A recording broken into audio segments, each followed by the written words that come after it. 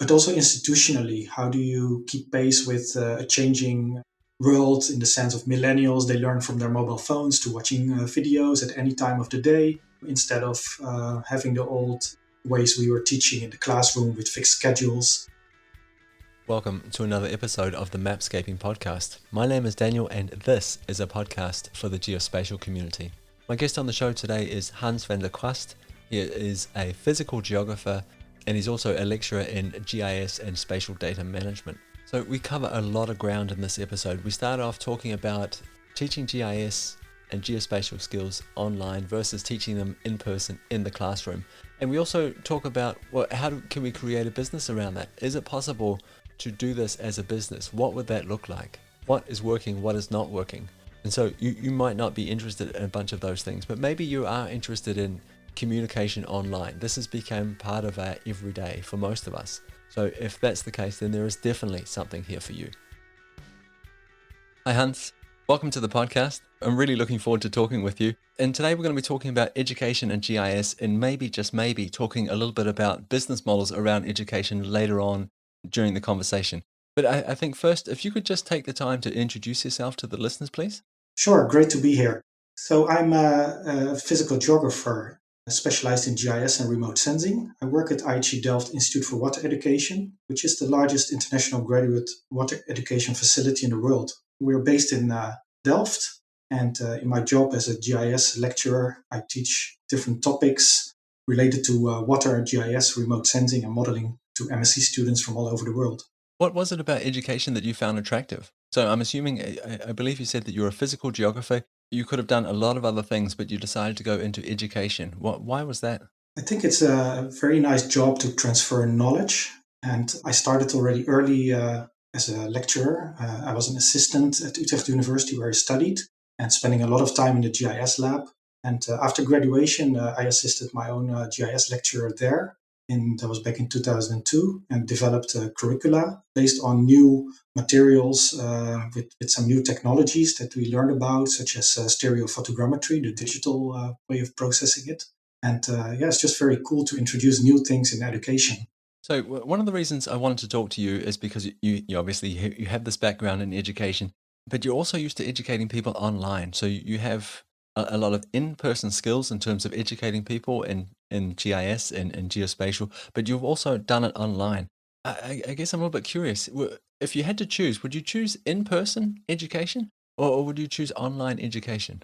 That's always a good question. I think both have advantages and disadvantages, and it's very hard to choose. But I think for the GIS courses that I give at the moment, that online modality works best. Although when you're in the classroom and you have not a too large group of students, then the interaction can be better, and you can watch over their shoulders, and you can improvise and do ad hoc, helping them out with their challenges. But if you do it online, you can work with larger groups, and also the students, they are better capable of finding out things themselves because the threshold is a bit larger to, with every little issue, ask a solution from the lecturer, such as downloading and unzipping a file or installing the software. And I did some tests on that during this COVID crisis, where we did in between the lockdowns face-to-face teaching in the class, and we also did parts online. And what I found out that there are much less of these questions asked when you do it online, and students are capable of figuring that out themselves using the materials, the videos, and the internet. So what you're saying is that in absence of the opportunity just to ask a lecturer, they had to find out for themselves, and they did. Exactly. And that's also a real world skill that you need. How do you look for solutions with materials that you have? Of course, it's still a course. So you have materials available in a platform. But on the other hand, you also have the internet, there are fora.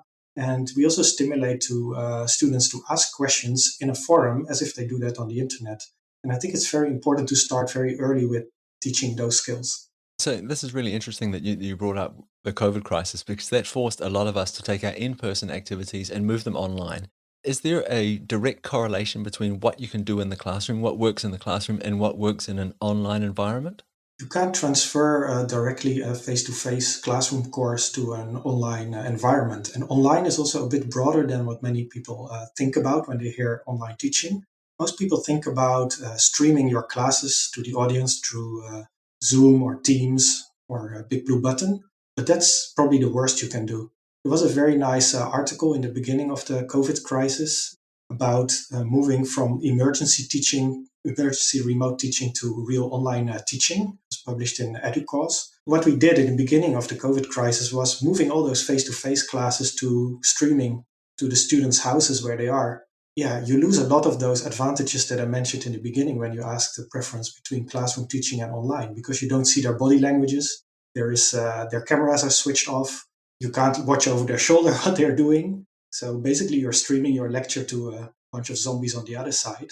And also from the perspective of the student, it's not very interesting because there's less interaction. There are all kinds of technical problems that happen. And the first question they ask, and sometimes the only question, is, can you record the session? Because then they're sure that when they are not concentrated anymore, that they can binge watch all those lectures later.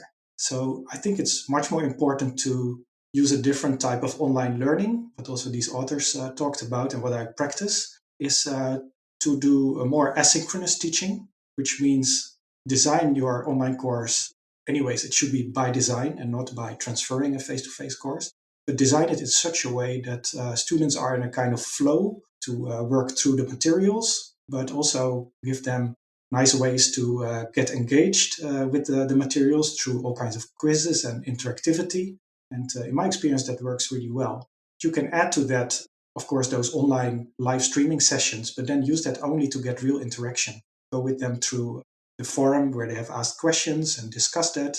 Do a quiz. I use a lot Kahoot, which is very nice to engage with them. And you see some positive competition between the students. And at the end of the course, they can win a prize. That can be something as little as a sticker, but with online, of course, that doesn't work. So we send them a T-shirt from my Redbubble shop, a GIS design, and that's for the winner in the end. And that always works great to make them learn the theory and to do the quizzes.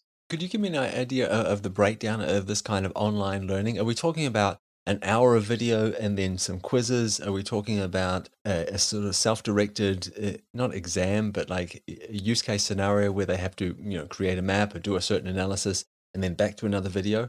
Like, what would the ideal breakdown be? I think there's no one size fits all, but I think in general, for courses learning the GIS techniques and good practice, then I normally start with a couple of theoretical videos with quizzes that can be short clips of 10 minutes and maybe three of them. And then you go through the steps to perform some actions using the GIS software.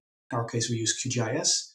In the beginning, we also explain the workflow with the flowchart, because that's also an important skill, and that they are from the beginning conscious about what the workflow is that they're following to solve a certain problem with GIS. Also, in between the text, there are some check and balance quizzes or questions, for example, to make sure that they use the correct projection or the correct settings. I think that's a very important thing about a self-paced online course, that they have to do a lot of effort to get really lost or into a wrong junction of your course and end up with the wrong result. So you need to have those checks and balances. In the last chapter, I always include a video that recaps the whole exercise, and they're free to jump to that section to correct maybe their challenges that they have during the course.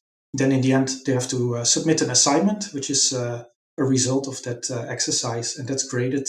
How do you build in things like accountability into this, and something else which I think obviously is much easier in person is that sort of group work. So working as a team to solve a problem. Can that be done online as well? Can be done. So there are many different formats of doing online activities. What we in university education always try to apply is what we call constructive alignment. So we start with phrasing the learning objectives of the course, and then you need to define the activities. And for online, they can be very different than from classroom teaching. And based on what your objectives are, you can include then certain activities like peer learning in online teaching, where they have to respond to, can be even video clips or statements in a forum, and that you also judge them about how much they interact with each other and respond to each other's remarks or questions. What you can also do is interactive quizzes where, as a group, they have to respond. If you do live streaming, you can, of course, make breakout rooms. There are some great tools that do that. Probably most people know the breakout rooms from Zoom, but there's also the Wonder platform where you can create bubbles inside your bubble discuss certain topics, and then the teacher can take a plenary to present certain things, or to recap, or to have the one of a group presenting the results. So the different ways to deal with group exercises. So you've mentioned this idea before of interactivity in forums where students are together in this forum, in this online place, and they're answering questions and they're engaging with each other. I imagine it's more difficult to get people to engage in that way online. Is there any sort of tricks to do that, or is there anything that you find helps to increase students' engagement with the course material and, of course, with each other? Well, it all starts with intrinsic motivation. So that's something that is very hard to control. Therefore, we need to differentiate between different target groups. So we can have master students, and their intrinsic motivation is, of course, led by that they really want to pass and get a diploma in the end. So they will do their best to work on the assignments and work together and fulfill the requirements of the course as much as possible. It's a completely different story if we have professional trainings. There we can distinguish between people that pay by themselves for the course because they are motivated, they want to learn something, they have chosen the topic. Those ones are really eager to do all the assignments and to work together and to actively participate. But there's also a category which gets a course from their organization, or a course that's organized by donors who selected the participants, and we see there that the engagement rates are much lower. Also, you need to adapt your modalities to these different target groups. So if I have a group of professionals that have to follow a course because their organization chose for it, or donors did, then you need to do something what I would call suboptimal, but probably your only choice. And that is to have them in a live session for a couple of hours, because they will not do their homework and they will only spend the time allocated for the contact hours. That's different for people who follow courses by themselves, or the MSc students. So I think you raise a really interesting point here, and this is like how do we get students to engage with the teaching? And of course, one of the things you said was some people are intrinsically motivated. They've paid a lot of money, for example, or they have a very definite goal in mind, and they're going to get there. And this is part of the thing they need to do to get there. So they're motivated in that way. And I think you mentioned this other example where people are perhaps being given this opportunity, and it sounded like they were less motivated to get to the end. They were less likely to complete the course, and you needed a whole nother structure for those kind of people. Do you ever have the feeling that education should not be free because of this? That it might actually be a generous thing to do to force people to have skin in the game, to pay for their education, and therefore force them or encourage them or perhaps motivate them to pay attention as well? I think that's a really interesting point. Personally, I think that a little fee helps. It doesn't have to be an expensive course, but a little fee already helps to increase the engagement of the participant. Free choice should always be the case, I think, because that increases the motivation. But we know that if we implement free courses, and people can get in the end a certificate if they pass certain automated assignments, and we did this with large groups. So I did a course for UNESCO on programming for geospatial hydrological applications. We had more than 4,000 participants registered. Only 15% had the diploma in the end, the certificate, because they passed the assignments. It's also in your podcast with Don Boy in episode 83 that for his Coursera courses, which were also quite large, there was a rate of 10 to 12% of people who complete the course. So we know that these rates can be quite low for free products. Similar statistics I have for people who pay for the course or do a master's, and there, of course, you reach almost 90 to 100%. I think in that episode, Don also made the point that if you buy a book and you only need the first 3 chapters, or chapter 1, 2, and 7, I mean, that's okay as well. I think that, and that's a really important thing to consider when we're having this conversation. That's indeed a very good point. I think that learners, and we are all learners, we learn lifelong. Lifelong learning is also a concept. And how do we do that? First of all, we use a lot of resources from the internet, and anything that you need to fix in your house, probably you look up a video on YouTube to check how other people do it and then replicate it. That's the same for GIS. There are a lot of nice YouTube channels around where you can learn from others how they solved certain issues. There are also blogs, and you don't necessarily get a certificate from that. That's not the motivation for going to such places to learn. And free courses can be a similar kind of resource. So we call these kind of resources open educational resources. If you produce a lot of them, like a lot of YouTube videos and a lot of blogs, then you could also bundle them into courses and mix them for different target groups. What we also do is organize tailor-made trainings where a customer, an organization asks certain objectives from your course, and then you can simply mix what you have, add a few new ones. And the key is that you also keep those available, open, so people know what you can do. Yeah, so let's talk about this for a second. So you mentioned a bunch of different online resources you might be creating. So I know that you have a blog and you've written several articles, you have some online courses. Can you sort of describe to me how all of this sort of fits into a business model or might fit into a business model? What is the role of all this free content that you're putting out there? How do you decide which should be free and which should be paid for? That's a bit like how the open source world also works with software. So, what I always tell my colleagues is the materials themselves are not the value. It's a value chain where we add value.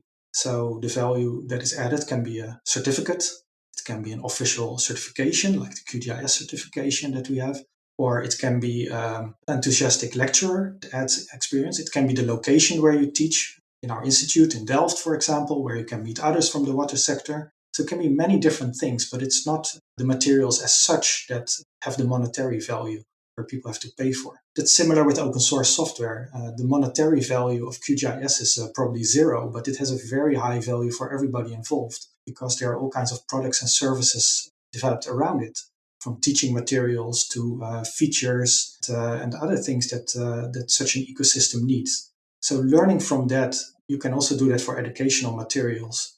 Have your open educational resources available as a business card for people to know what you can do, and have them as high quality materials. So don't only post your simple and bad tutorials, but they should also really have high quality, and post them on all kinds of social media, and people will find you and they will start interacting with you, and you get inspired to produce more YouTube videos, or you write another blog post, another tutorial. And then through time, you have a lot of different materials that you can bundle into courses. And then it's a question of kind of added value do you want to add to that?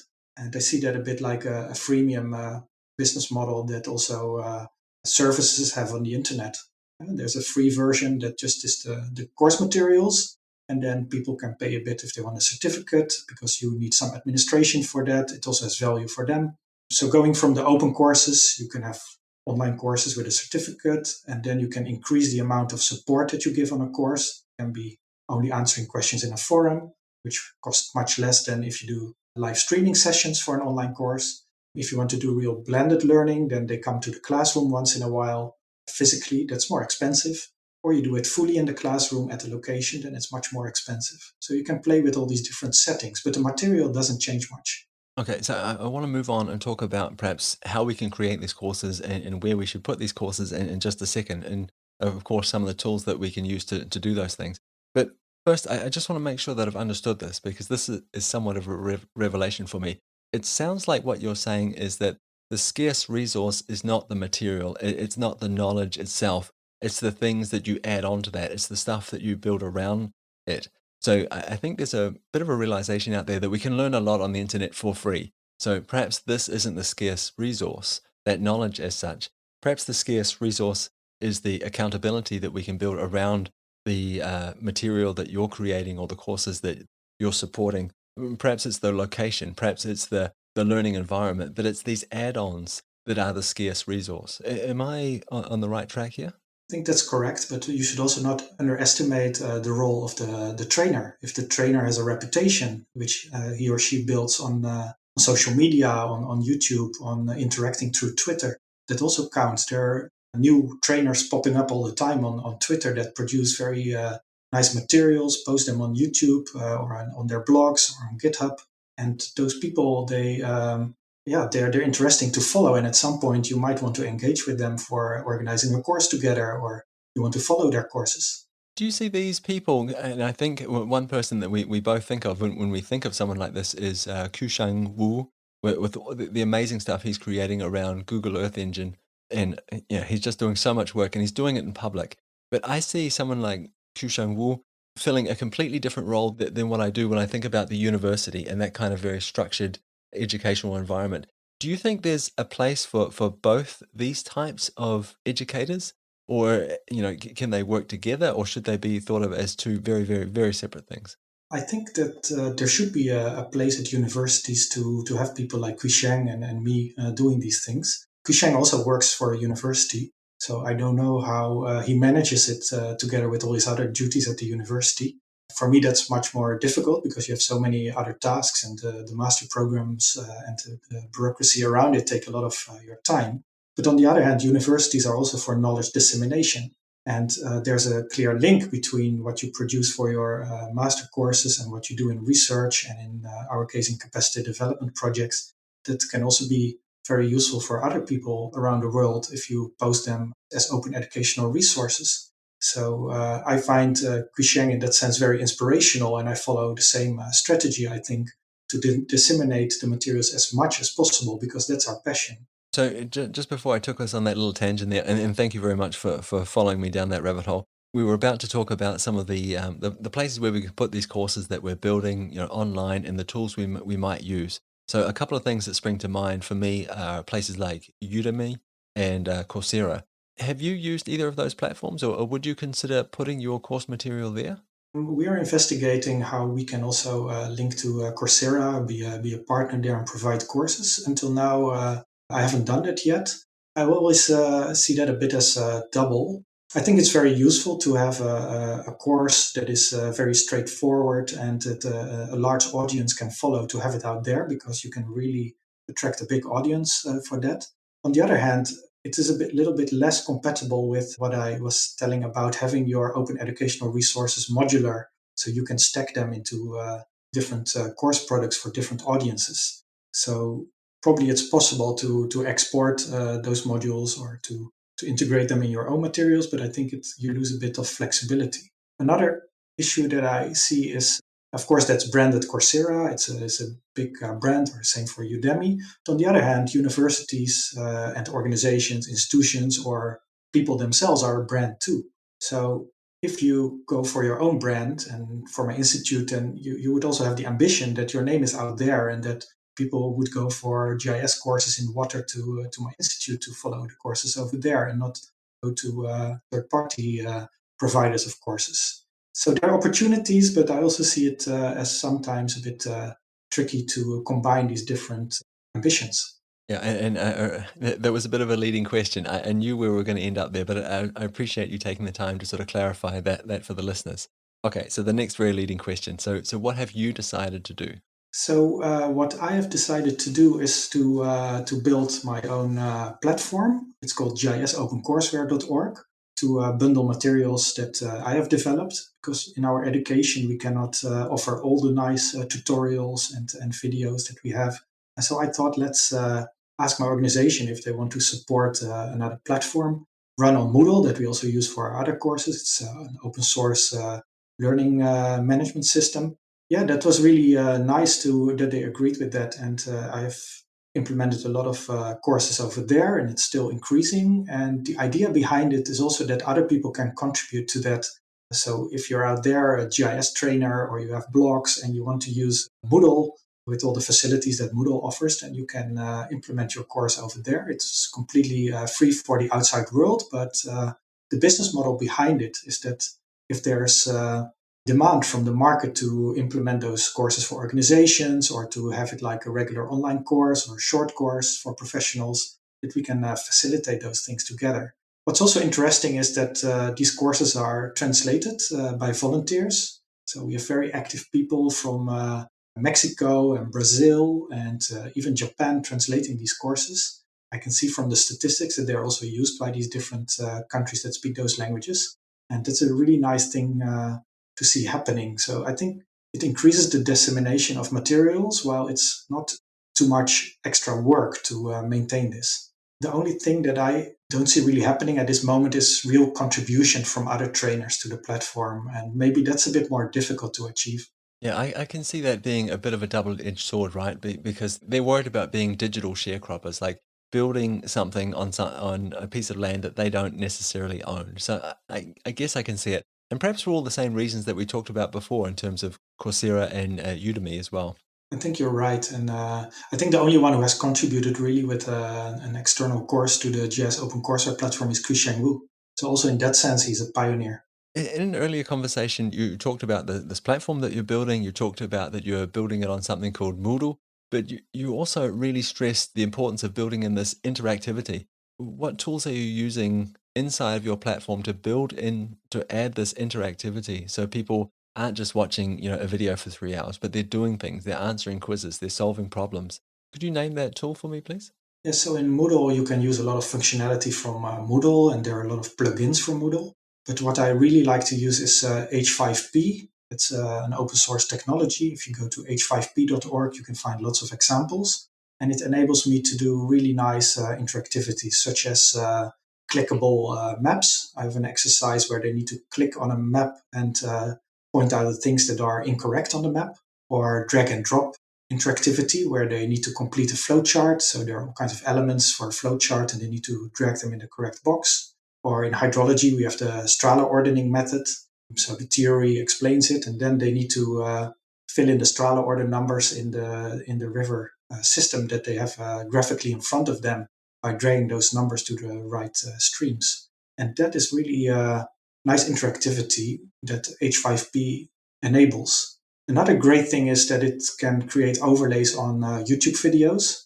So if you have already a video, you can add questions in your video as an overlay that they need to answer. Yeah, so when you told me about this last time, I went and had a look at it, and it's absolutely amazing. It integrates well with WordPress as well, and I'm sure a bunch of other different platforms. But that being able to add overlays on videos is incredible. So drag in a video from YouTube, for example, and then you can stop at certain points and add in these little pieces of interaction. It's amazing. So we've got these amazing tools that we can use. What do I, as the course creator, see on the back end? Can I see who's completed what? Can I see perhaps the click-through rate? Can I see, do I get any statistics based on some of these interactions that my students are doing? Yes, through Moodle, you can see a lot of statistics on the participants. I can see which of those quizzes they have completed, how well they have done. Every assignment that is submitted, you can have an email sent to you that it's submitted and you can check it. You can see how often they have logged in. That's more for the courses that are not open, but where people are registered. Because in GIS Open Courseware, we don't have people registered, but we monitor through Google Analytics who are the people using that. But we don't want to take any other personal information. But once you want a certificate and all these extra experiences from the value chain, we will move you into a closed course system where you are enrolled, and then we can monitor many things. So I mentioned this right at the start, and I'm sure it's clear to the listeners by now, but you have a ton of experience, doing this, educating people, teaching people about GIS, teaching people about geospatial, both in person and online. Has this experience in these different settings, has this changed the way you approach helping people understand new things, and especially on an online environment?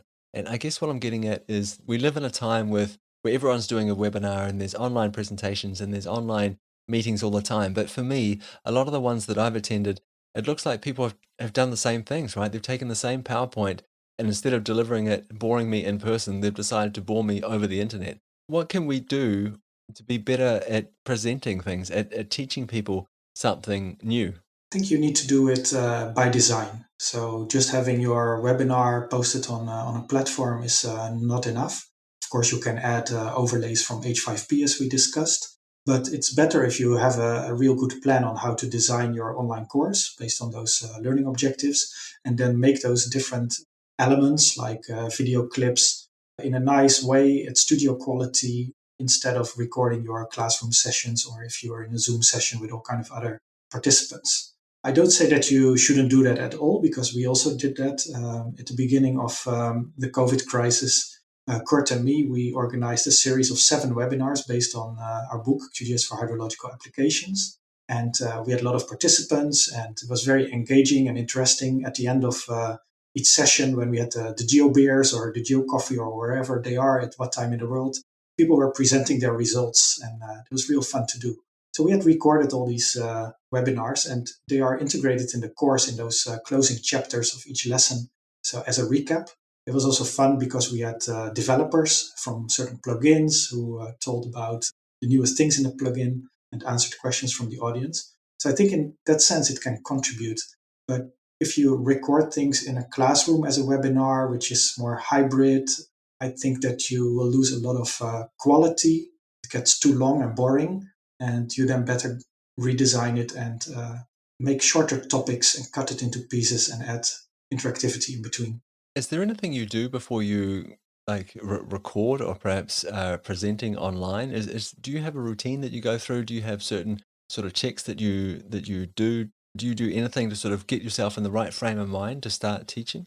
If it's for asynchronous teaching, then of course you have enough time to prepare that at home behind your computer. And you need to have a good storyline in your head. And if it's about demonstrating things in GIS, you of course need to work through it in a dry run and think about all the pitfalls and make sure that all your files are correctly named and organized and not in private folders or things are or Word documents or emails are popping up. So there are a lot of things that can add to the professionality if you want to really record in studio quality.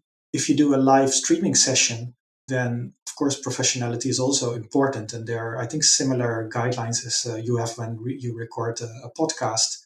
So it needs a lot of preparation. Also, if you have other people in your session that contribute, you need to make agreements on muting, background noises, all kinds of things that would distract the students from the materials. But I'm a big fan of having the asynchronous materials, dedicated materials that are studio quality and cut up in nice pieces, because also that increases the modularity if you want to reuse it in other ways for different types of courses.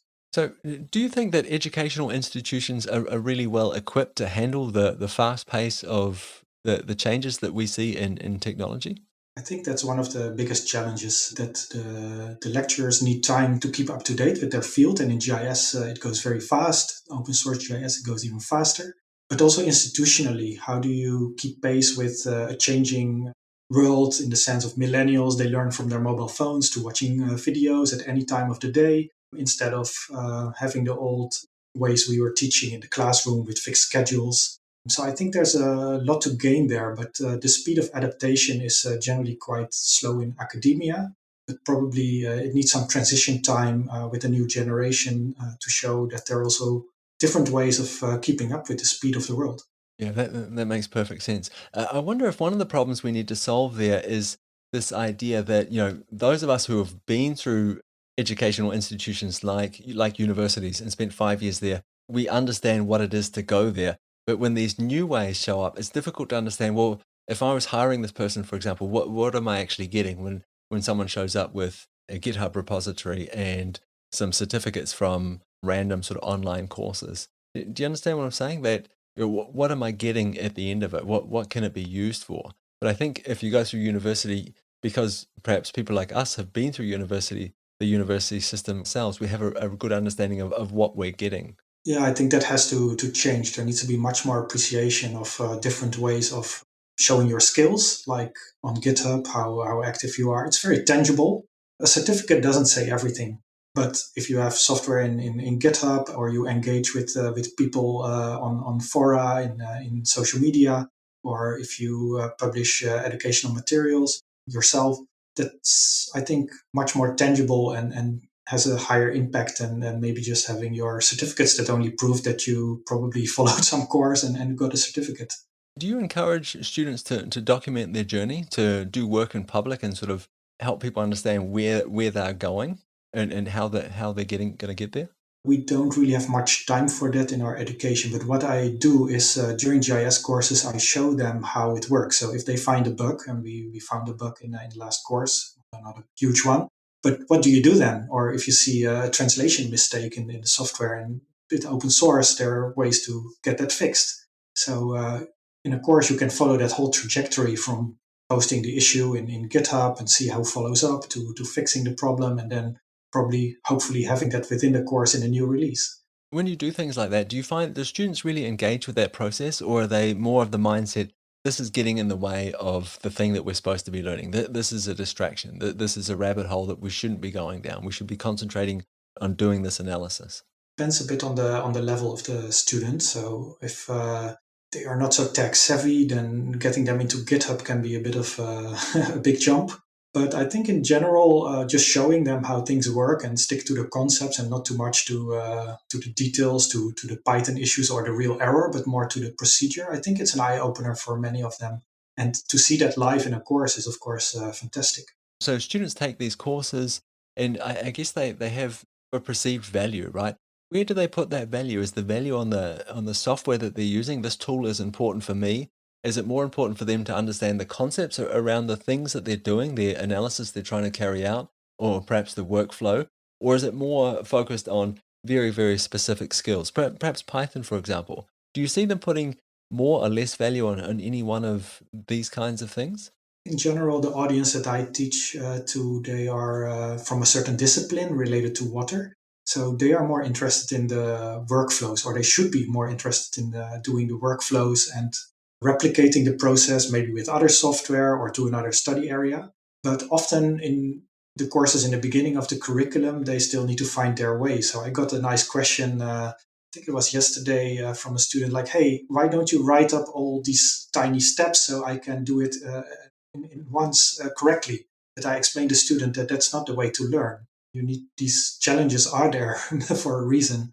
So with all the material that you have, you need to solve that, because if you move to another study area, you would have also these challenges. It can be technical challenges with reading errors from software, or it can be challenges related to the study area that is maybe less suitable for certain techniques on delineating catchments or finding an outlet in a stream.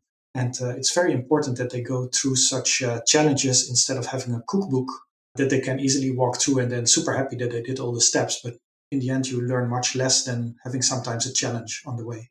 Yeah, I think that was a really interesting thing to say. That's not the way you learn. Do you think there's a difference between being educated and learning? I think that's there's a big difference between the two. You should not be a consumer as a student or a participant of a course, and that's often the mentality, especially if you do courses where people have less intrinsic motivation. They change into consumers because they want with the least efforts to get a diploma. But in the end, the motivation for the teacher to teach such a topic like GIS and the stuff that I do is that you want to see great results from your students and that they achieve those learning objectives. You're much less interested in questions in the exam, specific things. And that distinguishes between the two, and also the attitude of the different participants that you have in the audience. It's funny you talk about that putting in the effort, right? They just want to do perhaps if you're have the mindset of I am here to be educated as opposed to I am here to learn. Maybe you're also in the mindset of what's the minimum I need to do. But if we translate that to business, like what's the minimum I need to do to have a success? What's the return on investment here? I mean, that would work quite nicely. But it doesn't seem to work here. It doesn't seem like a great sort of long term solution in terms of our mindset when we approach learning new things or development in general. I think it links back to an earlier question about the certificates. If the incentive is just to get the certificate as quickly as possible, that is not about achieving the learning objectives where you want to get the most out of a course as a participant. And if you are intrinsically motivated and you have chosen to do a course and you have checked the objectives of a course, then of course you should ask the trainer more and more if there's time to learn extra things within the time. And I think that's the part that I like most. If we have those kind of students who ask things beyond those little cookbook steps, and that you can show them, hey, I have a video on that on my YouTube channel. If you have time, you can follow that to do this and that extra. When you're teaching, when you're educating, when you're helping people learn these new skills, do you see it as your role as the person in charge, as the person who's leading this learning? Is it your role to provide that motivation or to motivate people?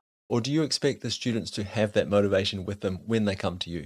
I don't think it's that black and white. It again depends on the target group. But if you have a mixed group, let's say people who are intrinsically motivated in GIS because they are super interested in it, and you have others that are not so much interested because it was not the main topic of their studies and they just have to do it, then you, in those mixed cases, or in the worst case when they're all like that, then I have to be the real motivator. But you hope that through doing those quizzes and showing some fun things, like I showed examples from the 30-day map challenge, that you can convince those people that it's fun to do GIS and that they are also capable with those skills to do similar things. So show them examples, And what they really get enthusiastic about, and Kurt Menke, who also is involved in some of the courses that I teach, we also show in the end presentation of the QGIS community. So it's not just software, and it's also not just all about skills, but it's also about people and how does it work and can you become part of that. And that part of the course is what students really like. This is going to seem like a bit of a funny question, but I want to try anyway. Do you think there's a difference between documentation and training materials? Yes, there's a huge difference. Documentation is organized in a different way, not to achieve certain objectives or workflows, while education material need to be linked to certain learning objectives. Ideally, there's of course people who mix those things, but courses go beyond finding a solution for a specific tool in the documentation. It's more linking up different parts of the documentation to make it into a coherent storyline to follow a certain workflow. So the reason why I ask that is because I think a lot of people are creating new things. They're creating new software products, for example. And I feel like they think by publishing documentation on the internet and making it publicly available, that they are also providing training, helping people understand how their product works and what it can be used for. Do you think that's a mistake? It can be. I don't think also that is black or white. If the documentation is built in such a way that you have a video clip, that it follows a certain workflow that you can do specifically with such a tool, then it is an open educational resource, I think. But most often, you have a tool which has certain buttons and tools, and the developer doesn't necessarily think of all the possibilities that you can do with those tools. That's the nice thing about GIS. It's this huge Lego kind of toolkit with all the building blocks, and it's up to different users to put them together into an application and to give it a purpose. And that goes far beyond just documentation, which should probably in most cases be only about functionality. I guess what I was thinking when I asked you that is I wonder if there's room for educators as well, or for businesses to approach this as educators. So I have a new product, I have a new service, I have some new data, and approach it as an educator, not just someone providing like a list of what is present when they download the package, but as an educator, this is the possibilities. This is the storyline that you could follow. These are some workflows, and have sort of a deeper interaction with people. I think that's the added value of those tools and those products. I can give you an example. We did a hackathon for FAO, for Vapor on open data, and one of the winning teams developed a QGIS plugin on water productivity. The added value is that, of course, they can explain how to install it and how it works, which is a bit of a struggle at the moment. But if the people who find the plugin useful get trainings by them on how to use that in their day-to-day work, then they can add value to the tool. And that goes again beyond just the documentation. So earlier we talked about this idea of a business model. How can we make money doing this? What role should our content play? How should we clip it up? How should we put it together in different ways? How should we position it? With the thinking being that this is part of a value chain that somebody will perhaps pay money for, or hopefully pay money for. If I go to Udemy right now, for example, and I look up GIS courses, I see something like 600, 700 results for GIS courses. And if I do the same thing for something like with the search term GIS Python, for example, there's 10,000 results that come back to me.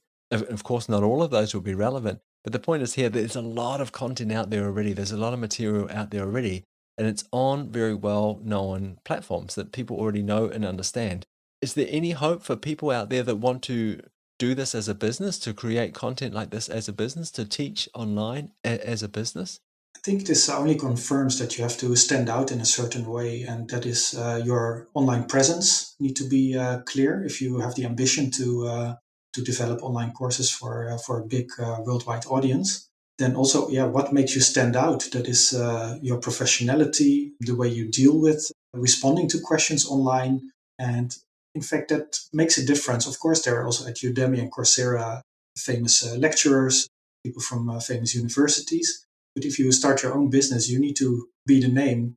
You need to give the participants the experience. And we all know our famous trainers in our GIS world that we would like to have a class with, probably. They are very visible on the internet. Like Ushaval Gandhi gives great courses. He's out there. He helps out other people. The same, of course, with Qiusheng Wu, who we mentioned. I hope people see the same with my work. That should make them much more eager to follow a course with us than to go to look into those thousands of other courses that are provided. Yeah, I think what you're getting at there is that know, like, and trust is really important. We're more likely to invest in a course from someone that we know already because they're a known quantity. We already understand that this person is an expert in the field and they've shown up so many times online that we trust them, that we're prepared to give them money. So another thing about building anything that you're wanting to sell, especially online, is this idea of driving traffic to it. I know that you're active on a couple of different social media platforms. Would you just name them for us, please? I'm quite active on YouTube. I have my YouTube channel. I think I started back in 2015 with producing the first videos for courses, and then I found out that it got some traction, and I started building on it. And now it's quite big. There are many videos. I don't know how many, but there are around 13,000 subscribers at the moment. I interact with them through the forum, through the comments on YouTube. I'm also active on Twitter. I think there are many ways to engage through Twitter. People ask questions, but you can also show what you do. The 30-day map challenge is a great example of that, to show what your specialty is. And in my case, of course, I like to pitch for water and environment and those kind of things. Raster more than vector, maybe. So people can also find your specialism within the big GIS field, because there's quite some diversity also there. I'm also on Instagram, and I think that has a kind of different purpose that is more visual. And I also use that to show that there's also a person behind the profession. And in that sense, that's also nice to engage with people. There's a big group who's not on Twitter, but is a lot on Instagram, that you can also find there. So I realize all of those platforms are very, very different and they serve very different purposes, and you show up probably in a different way on each one of them. In terms of your business model, in terms of creating awareness around the courses that you're building, the work that you're doing, if you had to choose one of those to continue with, which one would it be? I think YouTube has the biggest outreach. It has all these subscribers. It has a lot of statistics that you can see about them. It has a community tab on your channel where you can engage with them. So if Twitter or Instagram don't exist anymore, then I think I would use that one much more. On the mobile app, it even has stories where you can promote your events that you have, like webinars or other things. So I think YouTube is quite good. Well, I mean, thank you very much. You've been an absolute wonderful guest. I've really enjoyed the conversation. I feel like we've covered a lot of ground here, and I want to kind of wrap things up with just a few sort of broad questions about education in general. So, when you think about the future of education, what do you think about? Do you think about as we're continuing down this path of university as the way to go, or do you see it as being? I think you've used the word modular a lot during this conversation, and to me, university doesn't seem to be modular at all. But online education is more modular. And I can also see a challenge for universities at keeping up with this never ending cycle of technology. It's racing ahead, there's new things coming out, and there is a demand to sort of keep up with the new stuff, right? To keep understanding what's happening. And I think this is going to be a difficult task for universities to cope with, but I can see online being a more sort of flexible and modular environment and doing a better job of that. But I'd be curious to hear what you think when you think about the future of education. I think these two have to go together. So universities need to make space for trainers who do professional courses and not have to burden too much of the bureaucratic side of offering master courses, which have to be accredited, etc. For professional trainings, you don't really need that. They need to be of high quality, but they don't have to go through the whole cycle of accreditation, for example. But they are very useful to develop new things, state of the art, new technology, as you mentioned, and especially in the open source GIS world, it goes very fast.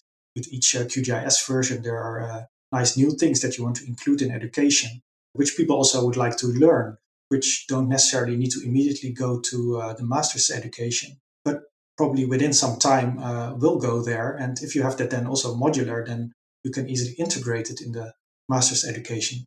I think at universities, we often work the other way around. Our baby, for good reasons, is the master's education. And then as a side activity, we start opening up certain of those master modules for professionals. I think we can do this much smarter, where both can benefit to have higher quality and more state-of-the-art courses developed. Well, again, Hans, thank you so much for your time. I really appreciated the conversation. Appreciate you taking the time to sort of walk me through things, your thinking around education in general, what's working, what's not working, and especially the side about creating an online business through education. I think that's really interesting. It's something we don't really get to talk about, but we see it increasingly in a really massive scale around us. So I appreciate all that. Where can the listeners go if they want to reach out to you, if they want to ask more questions, or just continue this conversation? Well, as mentioned, they can reach me at probably every social media platform, I think, except Facebook. Check my YouTube channel, and you can find me on LinkedIn and post questions there, or contact me through Twitter or Instagram. Wonderful. Thanks again. Really appreciate your time. I'll put links to those places in the show notes of this episode so people can track you down. Thanks, Daniel. So I really hope you enjoyed that episode with Hans van der Kwast. And I just want to take a minute here to highlight some of the tools that Hans mentioned during the conversation. Certainly, I'd never heard of some of these before, and I think they might be useful for you. So he talked about some of the usual suspects. We had Zoom and Teams. He also mentioned something that falls into the same sort of category, and this was a tool called Big Blue Button. And I'll put links to all these in the show notes. He also mentioned something called Kahoot. So Kahoot is a tool, an online tool you can use to develop and distribute quizzes. So again, like focusing on this idea of interactivity when we teach and educate online. In terms of hosting events, Hans mentioned the Wonder platform. So this is at wonder.me, and this is a tool, from what I can gather, is for hosting virtual events and inspiring people. Hans talked about using this tool to create bubbles. I guess this sounded to me a lot like breakout rooms in Zoom. If you want to get an idea of what Hans's courses look like and the way he's developing them, go along to gisopencourseware.org. That would be a good place to see it.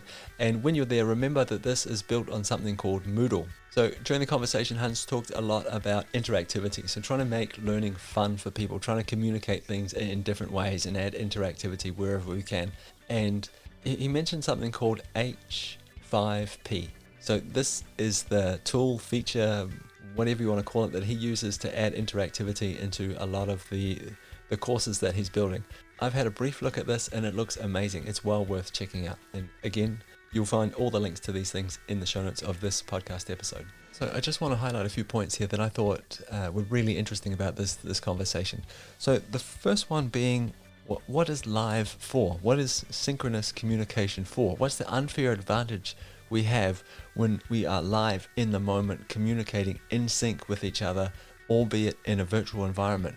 What is that for?